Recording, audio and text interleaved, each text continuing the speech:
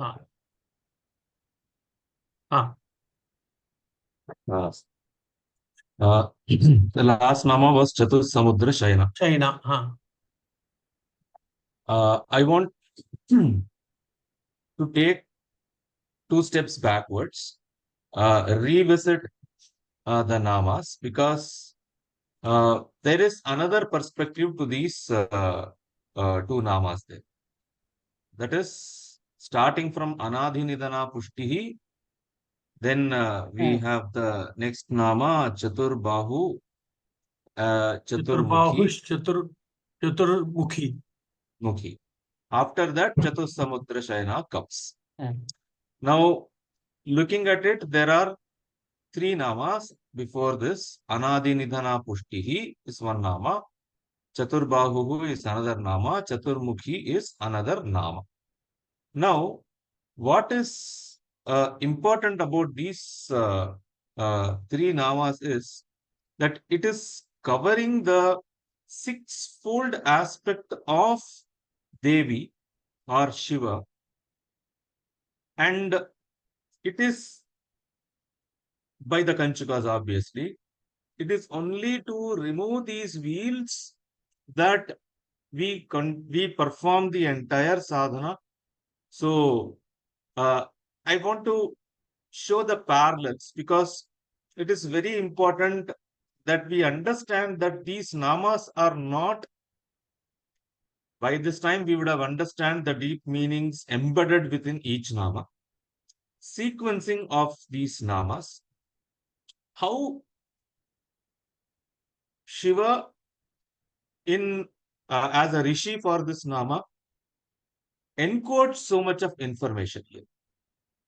Okay, so normally when a sadhaka performs japa,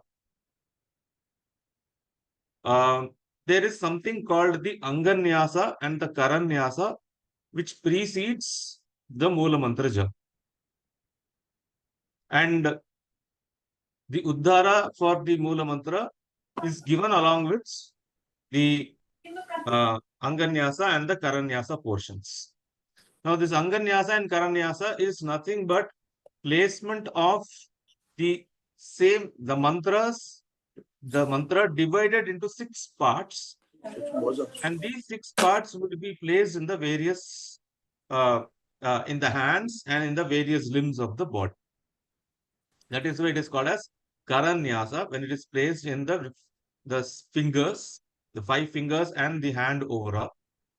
And it is called as Anganyasa, which is placed in the body itself. Now, Acharya Kshemaraja and others, when they explained the Mula Tantra such as Swachhanda Tantra, they made sure that they gave the implication of these nyasas also. So, the 6 elements represented by these nyasas are called as, that is to remind the sadhaka that he is essentially Shiva, whose 6 powers are being wielded. So those 6 powers will be enumerated in the Shadangas and the Karanyasa also. It will start with Sarvashakti Dhama, Nitya Tripti Dhama, Anadibodha Dhama, Swatantra Shakti Dhama, Alupta Shakti Dhama, Ananta Shakti Dhama. This is nothing but Chit, Ananda, Ichha, Jnana and the Kriya, the 5 powers of Shiva, the 5 Shaktis of the Shiva. So when we look at the first nama, Anadi Nidhana Pushtihi, Anadi. Anadi means that which has no end, which means that there is no starting and the end, because in the field of consciousness, there is no spatio-temporal limitations there. So the Ananta Shakti, Shiva as the repository of, or the possessor of the Ananta Shakti, is represented by this first element of the nama, Anadi. Then Anadi Nidhana. Nidhana means destruction. Something that comes to an end. Okay, something that comes to an end. So that aspect is one who is full of or one who is endowed with all the powers. Okay, that there is no end to him. That is highlighted by the aspect of that which does not come to an end is the aspect of alupta shakti. Okay, one whose shakti does not become lupta, does not become is not lost to him. Then pushtihi, ever full. So if it is pushti, it is nitya tripti dhama. Okay, where ever content. So nitya tripti dhama is the pushti. So three we have seen in the first. Then we saw Chaturbahu representing Sarva Shakti. No, Chatur is four, denoting the four directions. So having the powers to operate anything and everything. So that supreme agency. Okay, that is the Sarva Shakti Dhama. And the face always is a figurative thing of Jnana. So Chaturmukhatvam stands for the Anadi Bodha. Okay, that supreme knowledge, all comprehensive knowledge aspect of it. So these three namas encompass within themselves the sixfold powers of Parashiva, which we try to remind ourselves during our sadhanas. Multiple ways this reminder is given to us. One such is what I had just enumerated. Immediately, the next nama that came up was Chatussamudra Shayana.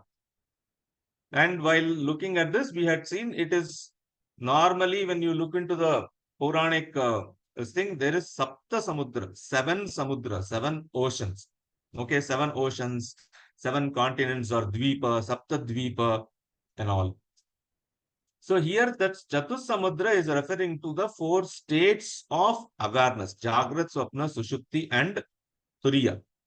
All right. Now when we look at this continuity of the previous three, so it is representing that Parashiva who is now associated with this Srishti. So why we say Shakti and Shiva are one and the same is we have to understand that we call Shakti as Shiva with reference to all the beings in their causal or in the gross form or creation. That Shiva is Shakti. That is why they are one and the same. And beyond this, the state of Shuddha, okay, or the Tattvatita, Tattva or Parashiva level, wherein he is described as Nishkala, without any kalas, any limitations. Nirmala, free from any of the malas. Chit Ghana, full of consciousness, nothing but consciousness. That Swarupa of Parashiva is beyond the avasthas. Those avasthas described in the Siddhanta Agamas are Laya, Bhoga, Adhikara. Okay? Laya means dissolution. So Srishti is added. So when you add Srishti and Laya, creation and dissolution, Bhoga, the enjoyment which happens during the process of the Srishti, and the Adhikara, the various powers endowed with which he is endowed in order to run the Srishti, in order to carry on with this Srishti. So these four, when we add Srishti to it, Srishti, Laya, Bhoga, and Adhikara are the four samudras on which Shakti, as an aspect of creation, in reference to all the other existence, can be referred to. So Chatussamudra Shayana means Shakti with reference to all the existence, and establishing herself in Srishti, Sthiti, Srishti, Laya, Bhoga, and the Adhika. So that is another way of looking at this now. So sounds slightly technical, but we also have to start appreciating the technical terminologies. Because what happens is any Shastra we refer, any Shastra we study, when we are very serious with the study of the Shastras, we have to use the correct technical terminologies of the Shastra. Because at times what happens is the same word, when it occurs in a different context in a different Shastra, has a different implication altogether. So what we tend to do is we try to average out the meanings. Okay. And while doing this, what is lost is the subtle differences that makes a particular Shastra unique. So we should be familiarizing ourselves, which comes by constant hearing of these terminologies, by reading the text and all those things. We become very, very clear when we are using certain terminologies here. Okay. Yeah. Sorry. So Next. let's move on to the new Nama now. So Chaturvarna Phalaprada. Chaturvarna Phalaprada. Is it? Okay. Okay. Because in Sahib Kal Maharaj's reading, it is Chaturvarga Phalaprada. Oh, it's Varga. Yes, I'm yes, right. it is It's Varga. Chaturvarga. But Yeah, I read it Chaturvarga wrong. Phalaprada. Yeah, it is Chaturvarga. Sorry. Chaturvarga. So Chaturvarga, very commonly used term, Dharma, Artha, Kama, Moksha. These four collectively are called as the Chaturvargas, the fourfold objectives of human existence. So according to our dharma, if someone were to ask what is the objective of a human birth, it is ultimate objective may be moksha. But we cannot define moksha as an objective for each and every being, right? There is so much of variety in the Srishti. Not everyone is inclined or even has an idea about this, because he has not had his karma paripaka. No, his karma has not ripened enough to make him think about concepts such as moksha and others. So that cannot be the sole single objective of human life. This is what differentiates our dharma from the other religions of the Abrahamic origin, the Semitic religions. There, everybody has only one goal. Okay, everyone is born with a predefined and determined goal. So you have to work towards it. So what happens is a gap between aspiration and what you can deliver. And that starts increasing as you have more variety getting added into the group. Okay. I'm trying to use very vague and loose social terms here. All right. So for us, the definition is dharma, artha, kama, moksha.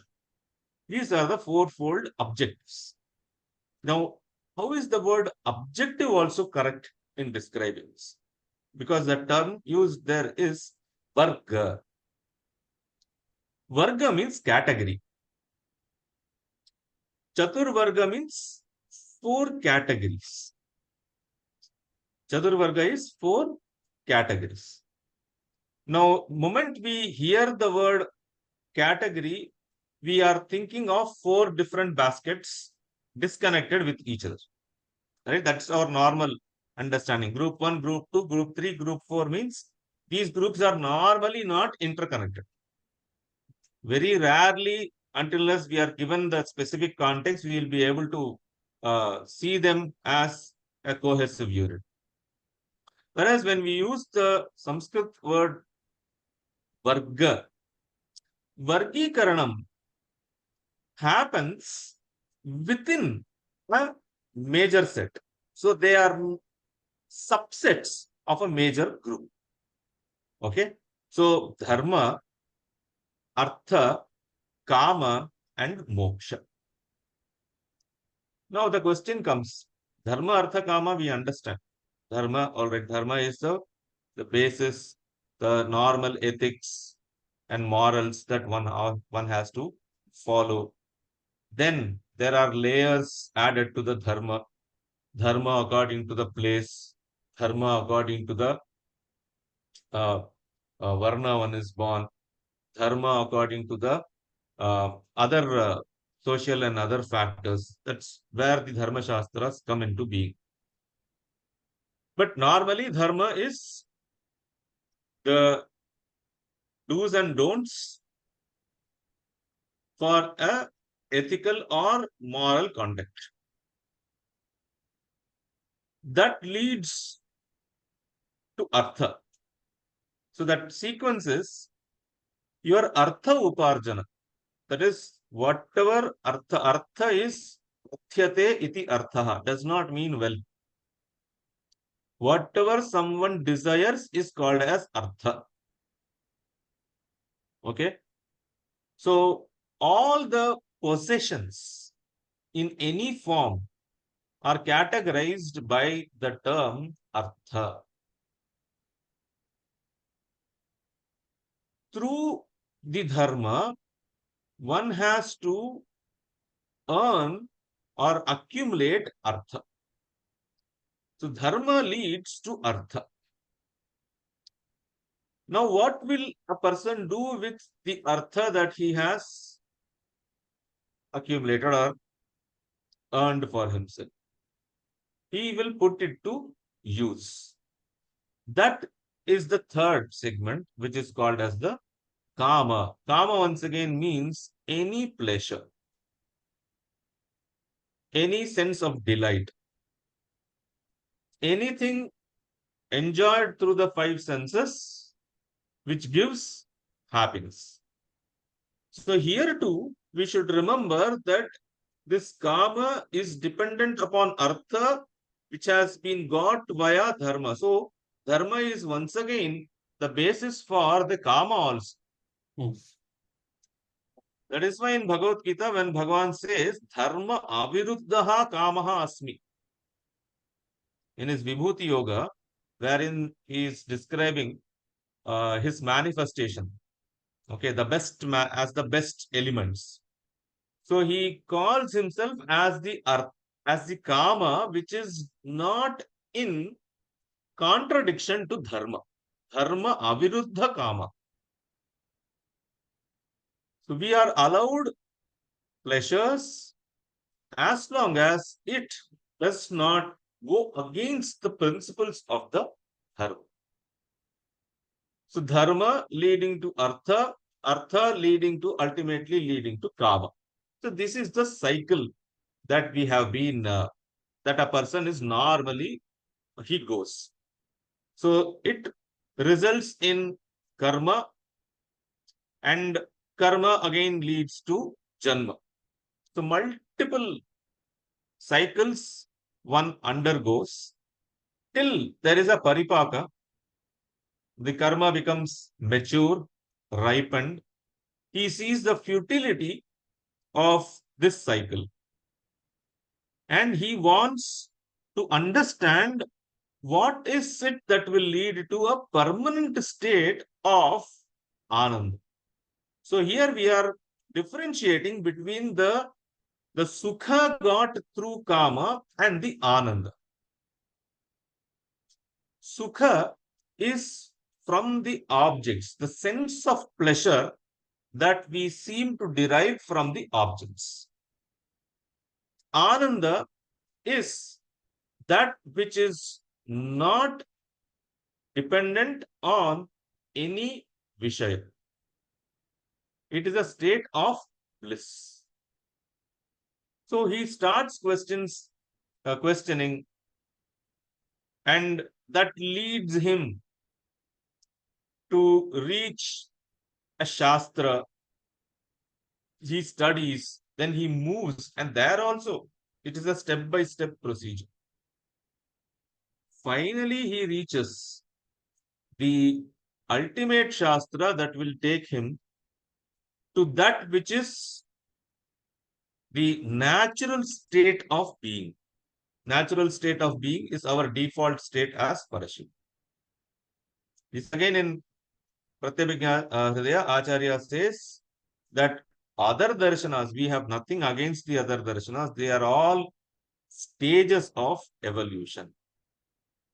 This is defined in the Agamas as Tattva Taratamya. Tattva Taratamya means you follow a particular darshana, you reach a particular tattva. What is the meaning of you reach a particular tattva? If I have to use the Malini Vijayottara Tantra's methodology, what is the prayojana of knowing the 36 tattvas? Malini says, once you understand that these 36 are evolution or manifestations of one supreme tattva. They are not 36. They are 36 ways in which one supreme tattva, which is Shiva, manifests himself. The sadhana starts from identification with one tattva starting from the earth. Okay. Then we proceed to the next. Why earth? Because that is the grossest level of manifestation beyond which there is nothing else. That is why, while defining it or understanding it in terms of kalas, it is called as a nivritti kala, from where the categorization departs. And since that is the end of categorization, earth is that final form of manifestation of Shiva possible. Okay, by earth, don't imagine the globe. Earth is a state of matter. Okay, the solid state of matter. So we move upon, or we start understanding Aham Prithvi, then Aham Jalam, then we move to Aham Agni, Aham Vayuhu, Aham Akashaha. Like this, we go up. This is called as Tattva Jaya. This process is defined in the Malini as Tattva Jaya. So the sutra in the Pratyabhijna Hridaya, he says, Acharya says, the various darshanas are showing paths of reaching a particular tattva. And he makes that full list. Which tattva Charvaka will reach, which tattva Buddha, Vijnanavadi Buddha will reach, and all those things. Till he comes to the Vaiyakarana Darshana, or the philosophy of the grammar, which is closest to the Trika Darshana. This is not because I belong to Trika Darshana. I am trying to say that this is the supreme. We are applying a very, very rational thing based on your understanding based on your philosophical understanding given or presented in that particular philosophical school to which you subscribe to. This is what is the final goal in the entire Tattva scheme. So you can reach only up till this. So this we call as Agamas calls it as Tattva Taratamya. Taratamya means the hierarchy of the tattvas. So he keeps moving till he has that final, or he reaches the ultimate or the final, which is his own default state of being the Shiva. All that is determined, and it takes a lot of maturity. And slowly what happens is Anava Mala will drop at a particular stage. Maya Mala will drop at a particular stage. And finally, Karmika Mala will drop first. Maya Mala will drop next. And finally, the Anava Mala will be dropped, leading us to a state of being free from the three malas, free from the cognitive errors. Malas are cognitive errors in our system.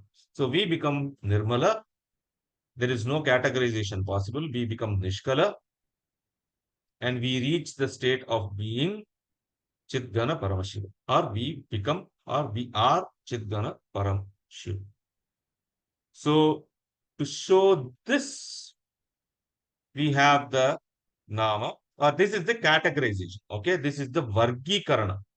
So, this is the escape. This moksha is not escape from the world. It is the escape from the cycle of dharma leading to artha, leading to kama, leading to janma, okay, and repeating it endlessly. In that way, we have to understand the word moksha. Because otherwise, what happens in our system, there is no escape out. Okay, when you call moksha, moksha means release. So, release means there is one state from where you are freed and you reach another state, right? So here there is no such thing. In the other systems, you reach Vaikuntha, you leave below the other lower worlds, you reach Swarga or you reach some place. So that is moksha there. Okay. In Sankhya, it is called as Kaivalya because the Purusha sets himself aside from the Prakriti. Sankhya and the Yoga use the word Kaivalya. Kaivalya means becoming Kevala, okay? Being aloof, standing aloof. So cutting himself from the Prakriti and standing aloof. So in that system, Kaivalya defines what they understand as moksha. Like this, each of the system has a particular understanding of what is the moksha. This moksha is that final stage that we call as the tattva, reaching a particular tattva here. So, in that context, we have to understand moksha within our Trika Darshana. But otherwise, the right term that we use is samapatti or pratyabhijnana. Okay, so even though these terms are used, we should know very, very clearly what is the sense that these terms are suggesting. So, Chaturvarga Phalaprada. So, 4 vargas have been defined. What is phala? Phala means the fruit, the result.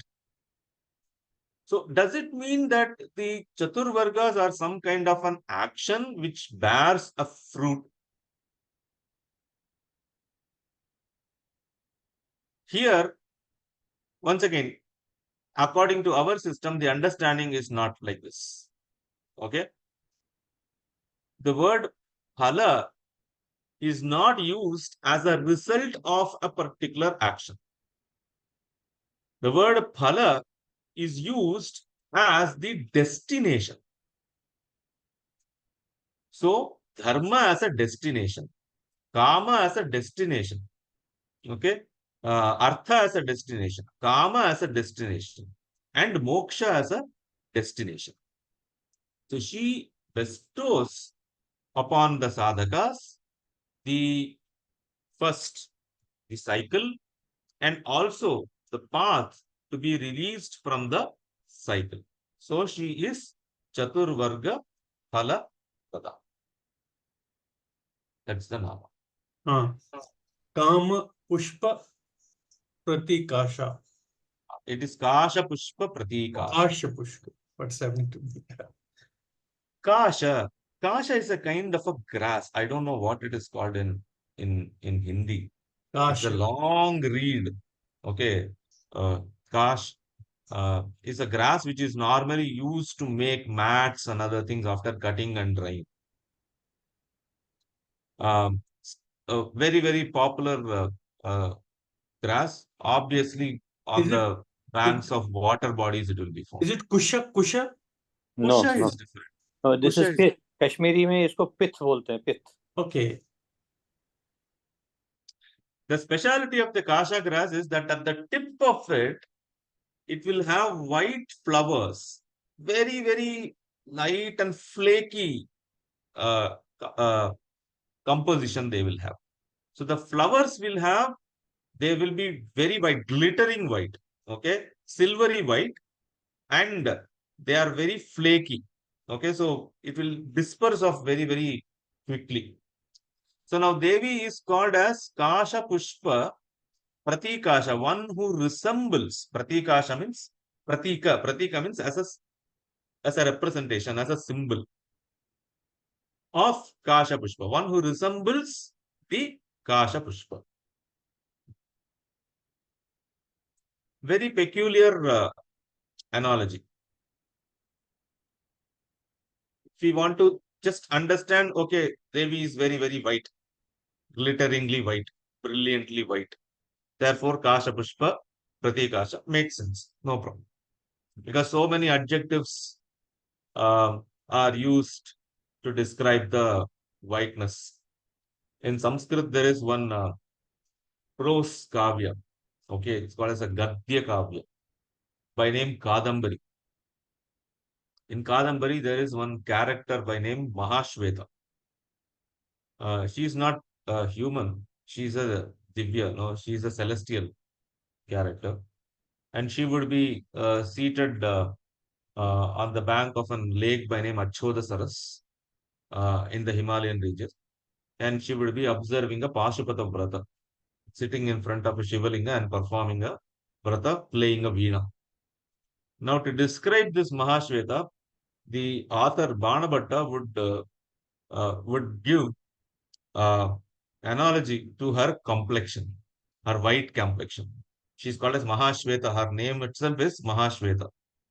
Okay, extremely fair complexion. You'll not believe, in a printed book, 2.5 pages are only dedicated to give this analogy.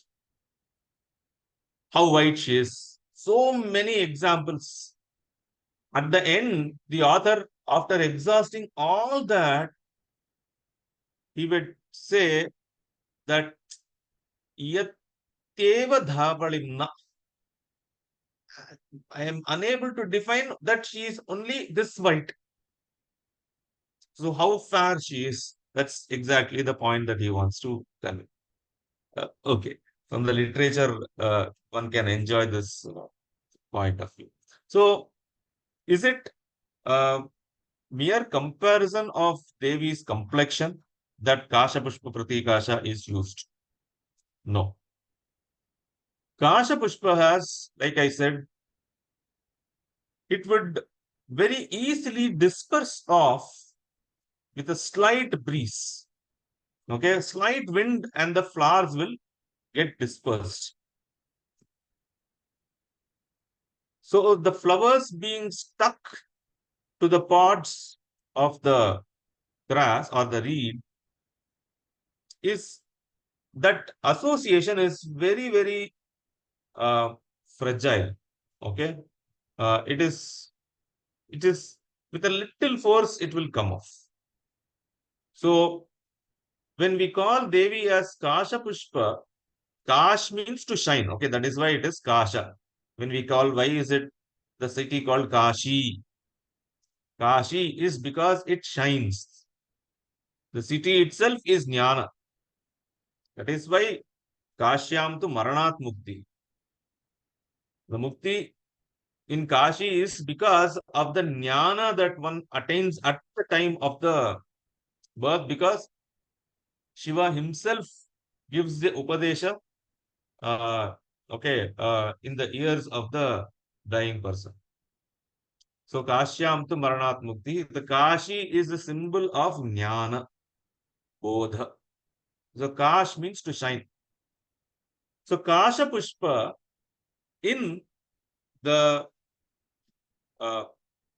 system of Jnana, okay, that element which is sticking on. So the moment you have that Paripurna Jnana, that Samyak Jnana, you will immediately drop all your previous associations. You will drop immediately your previous way of looking at things. That is the dispersal aspect. So when the jnana is mature, this dropping off happens automatically without you having to force it. This is what is emphasized even in the Mahamrutyunjaya mantra. When we say Urvarukamiva bandhanat mrityor mukshiya. Urvarukam means a cucumber. A cucumber which is fully ripe, it will automatically come out of the creeper. You don't have to pluck it. It will automatically follow. So the prayer in the mantra is Bandhanat Urvarukam Iva Mukshiya. Make me come out of the bandhana, just as this ripened cucumber drops down from the creeper. So the kasha refers to jnana. When there is a jnana paripaka, when the jnana becomes fully mature because of it deconditioning everything, one is completely set free from all the previous contentions or all the previous vikalpatmaka buddhi that he was having, therefore setting him free.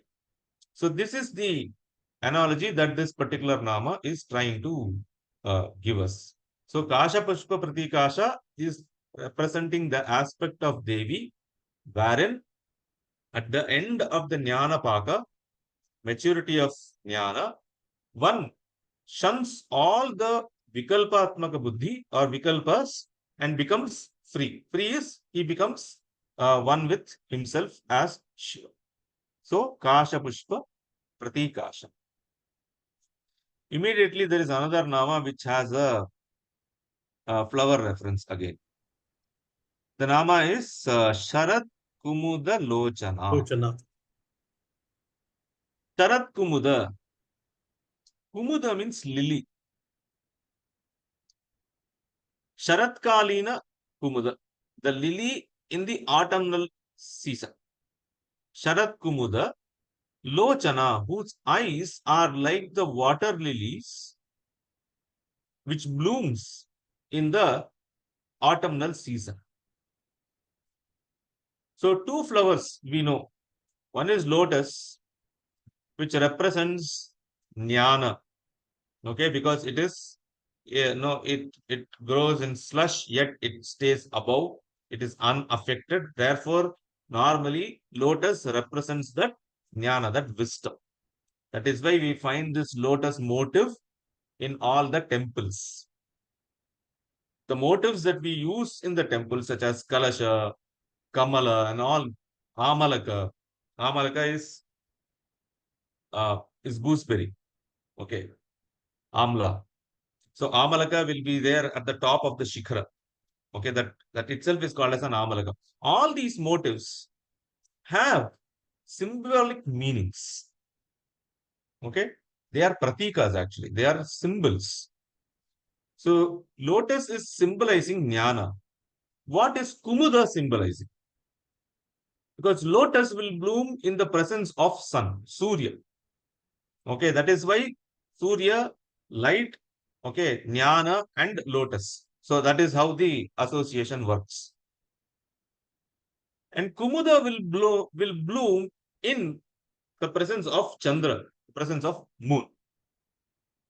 Now, moon throughout has been used in the sense of that experiential wisdom. Okay, that Swatma Anubhava, that is the Chandra. That is why the Chandra Mandala is above the Agni and the Surya Mandala in the body. And it is in the Chandra Mandala, okay, we have the Sahasrara, wherein we have the nectar. We have this Amrita, which is flowing. So Chandra represents Ananda. Chandra represents the Ananda coming from one's natural state. So when we call Devi as Sharat Kumuda, Kumuda is representing that Ananda, okay, that bliss. So her eyes, the Lochana, the eyes of Devi, are the source of bliss for the devotees, for the bhaktas. In the sense, she gives that, or she bestows that ananda to the devotees by her mere sight. By merely looking at, she doesn't have to do anything. We don't have to ask, she doesn't have to give. No transaction is needed. Her mere, that's why we say it's when we visit temples, we should conduct ourselves in such a manner. Okay, now when we call up visiting temples, we are talking from the parapara or the abheda and bheda aspect only. So when we visit the temples, we should conduct ourselves right from the time we enter, because the entire temple is the sharira of the devata, not just the that main deity enshrined in the garbhagriha. That is a mistake that we all, or not we, many have. They think that the devata is residing only in the garbhagriha, whereas people who understood um, the philosophy behind the temple construction, the entire temple, right from the entrance, the entire complex represents the various limbs. You can put the temple both vertically like this, or horizontally, you will find that it is representing the different bhagas of the devata. If you want to see from the basement till that shikhara, it represents different sharira bhaga, that is the different parts of the body of the devata. Similarly, if you want to represent it in, okay, end to end, there also it represents the different parts of the devata's sharira. So the entire temple is the body of the devata. So it is most important that we conduct in such a manner that the vision of the devata, the grace of the devata falls upon us. So me going and having the darshana of the devata is secondary. I should be the recipient of the grace of the devata when I visit the temple. That is the most important aspect. That is how we are expected to conduct ourselves when we enter a temple. Are we doing it? It's a question for self-introspection. And let's not speak about commercialization of that space that has happened now. But the system is very, very clear. So the devata is capable enough of bestowing the highest bliss by her mere vision. So that is represented by the Nama Sharat Kumuda Lochana. Now, what is Sharat? That is a speciality, not any other season, but the Sharat, because Sharat comes after the Varsha. Okay, in the seasonal cycle, Sharat comes after the Varsha. So the rains have already filled all the ponds. The water is now very, very clear. In the clear water, the lily blooms. Okay, so the Ananda that comes from the state of clarity, that is the Sharat Kumuda, not any other Kumuda. So Sharat Kumuda Lochana. Next Nama is Bhuta. Bhuta, Bhuta Bhuta Bhavya, Bhavishya. Bhuta. Bhavishya, Bhuta Bhavya Bhavishya. Bhavishya. Yeah. Bhuta is in past, all the three from the same dhatu bhu, to origin, or not to originate, to come into existence. So Bhuta is in the past, Bhavya is that which is happening, okay, and Bhavishya is that which is going to happen. So Devi is called as Bhuta, one who manifested, Bhavya, one who is manifesting, and Bhavishya, one who will manifest. Very simple, because manifestation is happening every moment. Because manifestation here is the act of cognition that we are doing. Once again, that is why Pratyabhijna Hridayam is the standard text we should master if at all we have to understand, if at all we want to understand the Trika Darshan. Acharya says, look, it's it's much easy to understand, at least mentally, or comprehend mentally, when we say Shiva is the entire world. Okay, we can convince ourselves, Acha, okay, Shiva is manifested, he is present everywhere, here, there, and all this. And Shiva is endowed with all the Shaktis and all. That is all fine with us. Perfect. Because still in the Buddhi, in the sphere of the Buddhi Tattva, Shiva is the Devata and we are the Pashu. Okay, we are the Jiva. So he is with the perfect powers and we are with the imperfect powers. But it is so hard to accept or even come to terms that you are Shiva. Therefore, you are doing exactly what Shiva is doing. Now, this is something I cannot even imagine to accept. Because my limited understanding is not permitting me to think on these lines. So Acharya Kshemaraja, he dedicates one sutra and he says, he describes the Panchakrityas of Shiva and he says, Tathaiva Panchakrityani Karoti. Every Jiva is doing the Panchakritya just as Shiva is doing the Panchakrityas. And he offers the explanation. So the Panchakrityas, from the Jiva point of view, is the acts of the cognition. The Srishti, Sthiti, Samhara, Tirodhana, and Anugraha are the different aspects of the acts of cognition. So can we say that our cognitive activity will stop? No. So we were cognizing a moment back. We are cognizing as we speak. We will cognize the very next moment also. But what is constant is the supreme awareness which underlies the threefold temporal differences, time-based difference.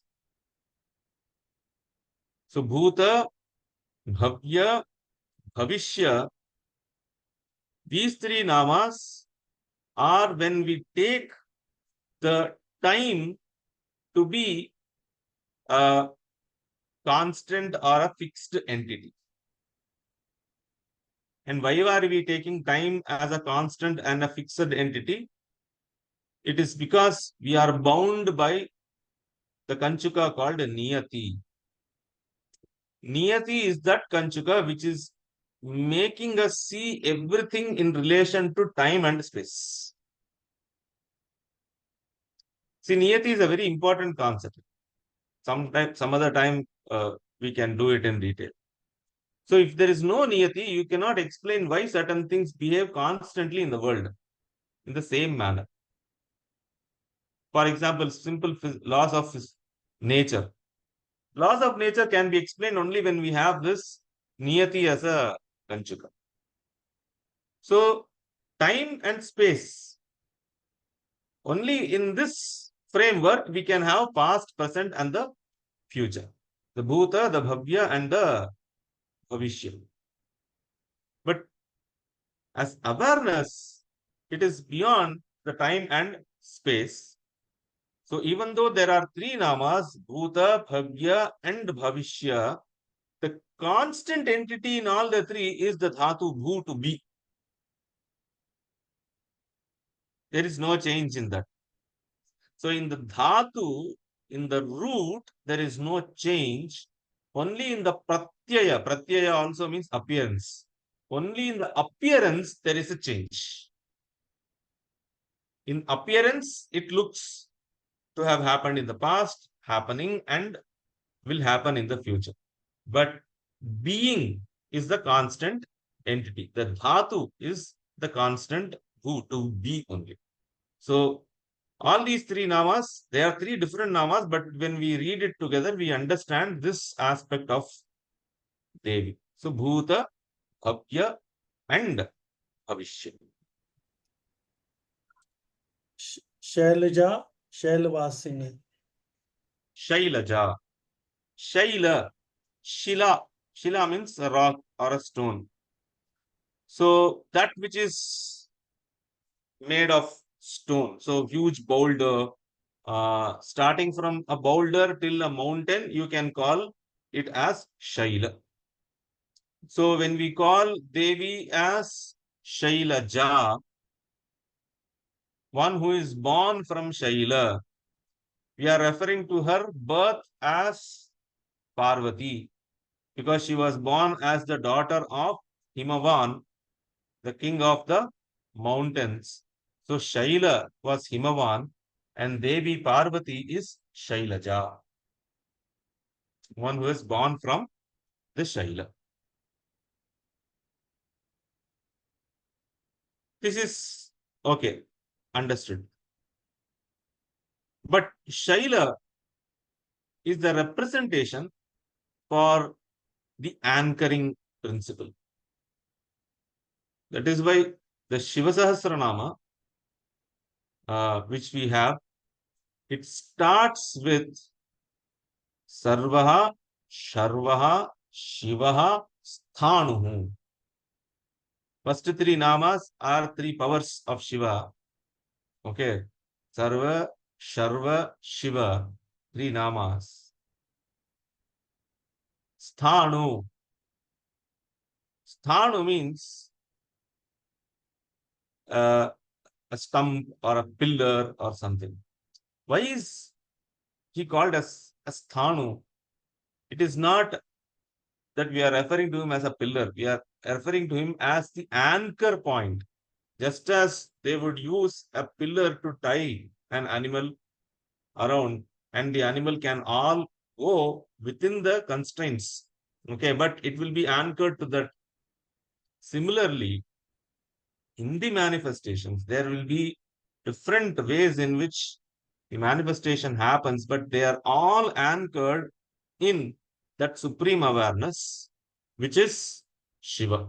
So, since he is that fixed entity, the word Shaila refers to that anchoring principle. So, Shaila Ja is the Vimarshatmaka Shakti, because only when we speak of Vimarsha, the Srishti we can speak of Srishti. Okay? So, she's that Vimarsha, which is in which the Prakasha reflects himself to manifest as the group of sentient beings. Okay, so she is Shailaja. She is the Vimarshanatmaka Shakti of the Prakasha. So she is Shailaja. Shaila Vasini. Can she be separated from the Prakasha Swarupa? No, because she is, like we started off today's session, she is Shiva only.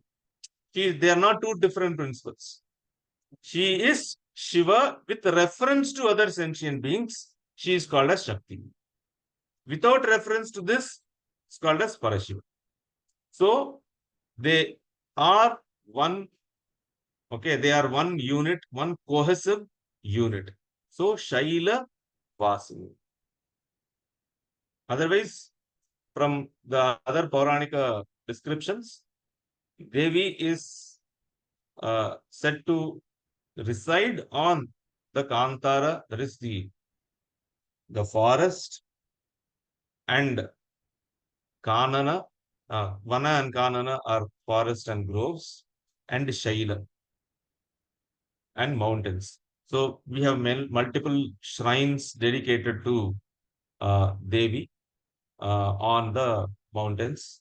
We have multiple forms of Devi, wherein there is no iconographical representation, but it is an iconic form, okay, in the form of as a structure, okay, and that representation of the structure is in the form of stone. For example, in Hariparvat, Devi Sharika, okay, what we see is Shaila. So she is Shaila Vasini, one who resides as the Shaila.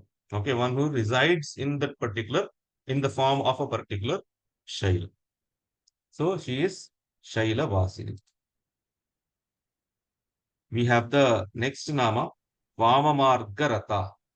I think there are a few more Namas we can continue in the next session. Because here again we have to use that Tadaparigyane Swashakti Vihi Vyamohitita Samsaritvam Sutra of Pratyabhyana. We'll try to explain it next time and then explain the Vamashakti. Okay. Thank you, Shekhar ji. Thank you. ये राकेश जी थोड़ा मेरे को लगता है बोलने में गलती होगी, पेट्स चुना होता है, पेट्स जिसके ना ये लॉन्ग ग्रास जो रहता है ना, ये जो अभी बता रहे थे ना शेखर जी, यजन वागुचु बना पेट्स बना पेट्स. Okay, okay. सॉरी.